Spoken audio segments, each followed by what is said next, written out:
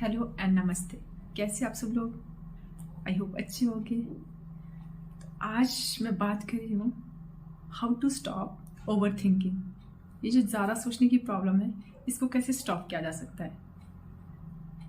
जब तक हमारी लाइफ है, थॉट्स का आना जाना तो लगा ही रहेगा। ये कभी भी रुकने का नाम नहीं लेगी। जब सांसें चलनी बंद हो जाएगी, तब अपने आप ही ये रुक जाएंगे। अदरवाइज परमानेंटली हम इन्हें कभी भी स्टॉप नहीं कर सकते। सोचना, ज़्यादा सोचना, कम सोचना, इसमें कोई बुराई नहीं है। तो चलिए आज ज़्यादा सोचने पर थोड़ी सी रोक लगा देते हैं। ज़्यादा सोचना कहाँ पे हार्मफुल करता है, इसका कोई सॉल्यूशन भी है। ज़्यादा सोचने पर बुराई नहीं है, बट ये आप पे डिपेंड करता है कि आप क्या सोच रहे हैं, कैसा सोच रहे हैं, आप किस बारे में सोच रहे हैं। मतलब अगर आपको किसी चीज़ का जुनून है, किसी चीज़ को करने का, पाने का जुनून है, आप सोते हुए, बैठते हुए, उठते हुए, जागते हुए, चलते हुए अपने किसी गोल के बारे में सोच रहे हैं, तो इसमें कोई बुराई नहीं है। क्योंकि अपने टारगेट को हासिल करने के लिए जितना ज़्यादा हम प्लानिंग करेंगे, जितना ज़्यादा हम सोचेंगे, समझेंगे, उतना ज़्यादा हमारे को वेज नज़र आएगी। बस उस पर एनर्जी और एफर्ट लगाने से आप उन सब चीज़ों को भी कर सकते हैं जिन्हें किसी टाइम आप करना इम्पॉसिबल समझते थे। सो इस नज़रिए से देखिए तो ओवर थिंकिंग कभी भी बुरा नहीं है, इसमें कोई भी बुराई नहीं है। कहते भी है कि कुछ करने का जुनून एक आदमी के अंदर तब नज़र आता है जब वो रात दिन उसी के बारे में सोचता रहता है, उसी के बारे में एफर्ट लगाते रहता है। बट ओवर थिंकिंग तब प्रॉब्लम बन जाता है हमारे लिए जब हमारी सोच नेगेटिव होने लगती है, जब हम नेगेटिव चीज़ों के बारे में सोचने लग जाते हैं, जिससे कि हम और ज़्यादा इमोशनली और मेंटली अनस्टेबल होने लग जाते हैं। मान लो जो भी आज हमारे साथ नेगेटिव हुआ, अगला दिन शुरू होने से पहले ही वो पास्ट बन जाती है। कुछ एक चीज़ें ऐसी होती है, नेगेटिव चीज़ें पास्ट में, जो हमारे माइंड में कहीं ना कहीं घर कर जाती है। बट अब कितना भी कहे कि पास्ट का हम सब भूल चुके हैं, बट पास्ट में हुई किसी भी चीज़ से रिलेटेड कोई इंसिडेंट हमारे साथ हो जाता है तो चीज़ें हमें याद आने लग जाती है, और उसी वक्त थॉट इतनी फ्रिक्वेंसी के साथ हमारे माइंड में आने लगते हैं कि मानो हमारे माइंड में ट्रैफिक जाम हो गया है। और कई बार तो हम पास्ट में ऐसे घुस जाते हैं तो हम सब चीज़ें याद करने लगते हैं कि उस पर्सन ने हमारे साथ ये किया था, उसने हमारे को ऐसे हर्ट किया था, इसने हमारे को वैसे कहा था। तो हम एकदम से बिल्कुल अपने पास्ट में पहुंच जाते हैं और हमारा माइंड अननेसेसरी बहुत सारे थॉट्स को जनरेट करने लग जाता है।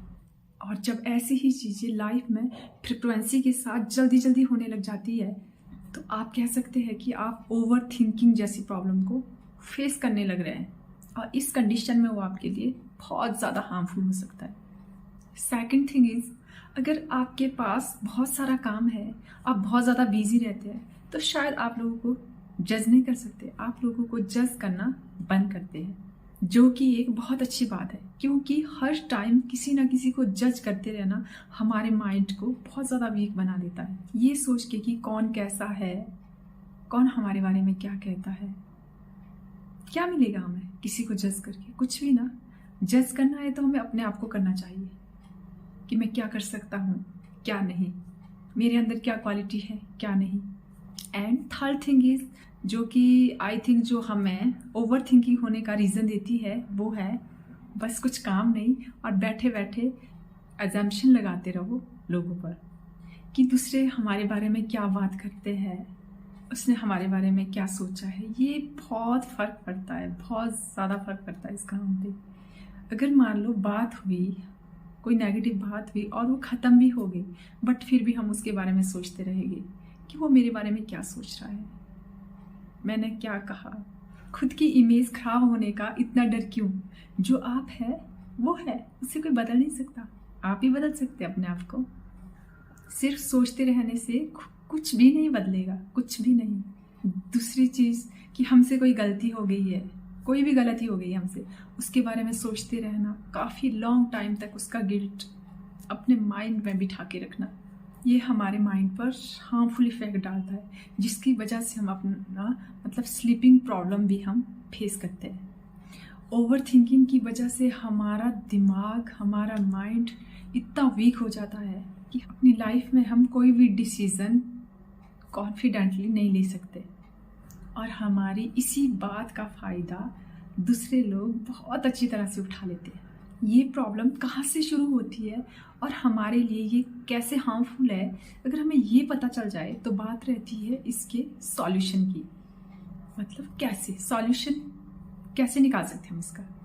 देखो, माइंड को हम जैसे फीड करेंगे ये मतलब उसी डायरेक्शन में ग्रो करेगा। हम नेगेटिव सोचना शुरू करेंगे तो हमारे जो थॉट है वो मल्टीप्लाई होना शुरू हो जाते हैं। अपने बैड थॉट को गुड थॉट में कन्वर्ट करें। फिर भी कोई ना कोई फार्मूला तो होना चाहिए हमारे पास। सबसे पहले तो हमें ये जानना चाहिए कि हम चाहे कहीं भी जितनी भी कोशिश करो, सब चीज़ें हमारे कंट्रोल में नहीं रहती। कुछ चीज़ें हमारे कंट्रोल से बाहर हो जाती है। तो बेवजह ऐसी चीज़ों पर एफर्ट और एनर्जी वेस्ट ना करें। आपके पास क्या नहीं है ये सोच सोच के खुद को कभी भी हर्ट ना करें। जो है आपके पास वो बहुत अच्छा है। सो बी ग्रेटफुल फॉर दैट। अपने माइंड का कंट्रोल अपने पास ही रखें। जब भी हमारा माइंड नेगेटिव थॉट की ओर जाने लगे ना, उसे एकदम डिस्ट्रैक्ट करने की कोशिश करें।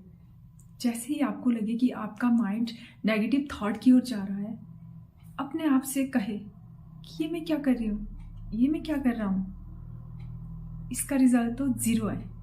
एकदम से उस नेगेटिव थॉट को डिस्ट्रैक्ट करके मतलब बच्चों के साथ बात करना शुरू कर दे, बच्चों के साथ खेलना शुरू कर दे, या कोई भी अच्छी सी बुक रीड करे, कोई मोटिवेशनल बुक, या फिर कुछ भी करे, कोई क्रिएटिव करे। एंड सबसे अच्छी चीज़ जो है मेडिटेशन। मेडिटेशन हमारी ओवर थिंकिंग की प्रॉब्लम को कंट्रोल करने में बहुत ज़्यादा हेल्प करता है, बहुत ज़्यादा। जब हम फोकस अपने ब्रेथ पे करते हैं तो कुछ टाइम के लिए हमारा माइंड बिल्कुल शांत हो जाता है, और कुछ टाइम के लिए नेगेटिव थॉट का आना बिल्कुल रुक जाता है। या आप कोई अपना फेवरेट म्यूजिक भी सुन सकते हो उस टाइम। सो ओवर थिंकिंग को अवॉइड करके प्रेजेंट में जीना सीखें। सोचिए, मगर अच्छा सोचिए, ताकि आपके थॉट आपको हार्म ना पहुंचाए। तो जो मेरी समझ में आया मैंने आपके साथ वो शेयर किया। इनमें से अगर आपको कोई भी टिप्स अच्छी लगे हो तो मैं सोचूंगी मेरी ये वीडियो बनाने में मैं बहुत ज़्यादा सक्सेसफुल रही। तो आज के लिए इतना ही। Take care and stay healthy.